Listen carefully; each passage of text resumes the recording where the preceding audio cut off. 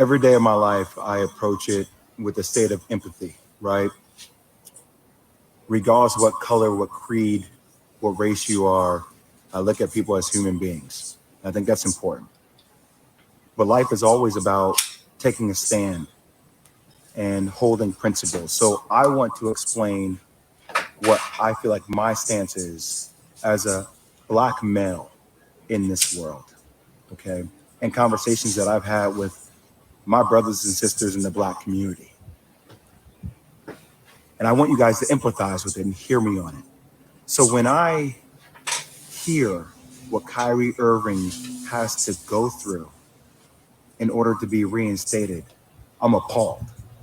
I'm appalled. And let me give you examples of how I feel like we don't have the same energy and hold other people who have dealt with racial tropes accountable. So when Sarah Silverman does blackface, or when Don Imus says nappy-headed hose, or when Howard Stern calls somebody the N-word in the skit, or when Brett Favre takes money from the state of Mississippi, we don't ask them to get sensitivity training. We don't ask them to donate $500,000. We don't ask them to meet with the Black National Caucus. They apologize. And then, you know what? The rest of the world moves on. But what I feel like is happening here, and that's how in the black community, like we've been told that's how the process works, right? Think about that, Bert. That's how the process works. Oh, somebody does a blackface. Oh, it was a misunderstanding. We got it. Okay. You know, is that person really racist? Probably not. Was it ignorant? Probably so. Okay. We understand it.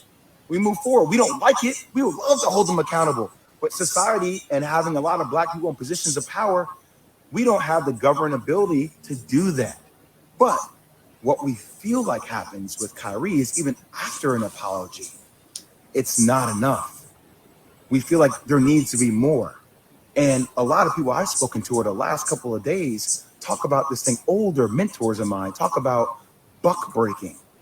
So we talk about tropes. This is something that we feel like in the black community that happened way back in the day, where if there was a slave that was defiant, right, he got broken in front of everybody in order to show that he was not in a position of power. And that at the end of the day, he had to do what he was told to do because that's what was mandated of him. And there's a bigger situation going on. What's happening with Kyrie Irving? If the Nets don't want him to be there, just say you don't want him to be there.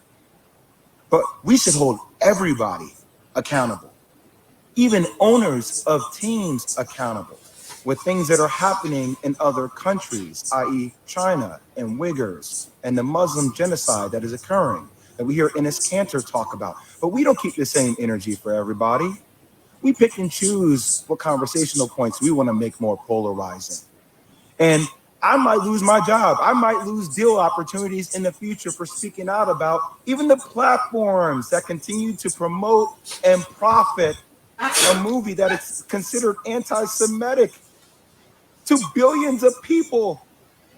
They don't have to be accountable. Who is accountable? But we're going to put everything on the shoulders of Kyrie Irving, who, even though he said, I cannot be anti-Semitic because if I know where I came from, stating that he's one of the 4 lost tribes. He's saying that blacks and Jews come from the same entity, the same thing. But we don't want to understand nuance. We want to be triggered by words, and we like fire, and we like things that are, going viral on social media, and everybody has some kind of hot take, and we're calling people idiots, and we're calling people names because that's what we do. We just destroy each other. I ain't gonna destroy each other, man. I'm not gonna do that. Is Kyrie Irving anti-Semitic? Hell no. Could he have gone about it maybe a different way? That's what I would have advised him to do. But I'm not gonna let you guys sit out here and make this dude out to be like he is a villain, like he is a bad person. He is looking to explore his heritage. Now, you can crucify me if you want. I don't give a damn anymore. It's time for people to start speaking out with nuance and speaking out on the principles they stand for. That's all I'll say.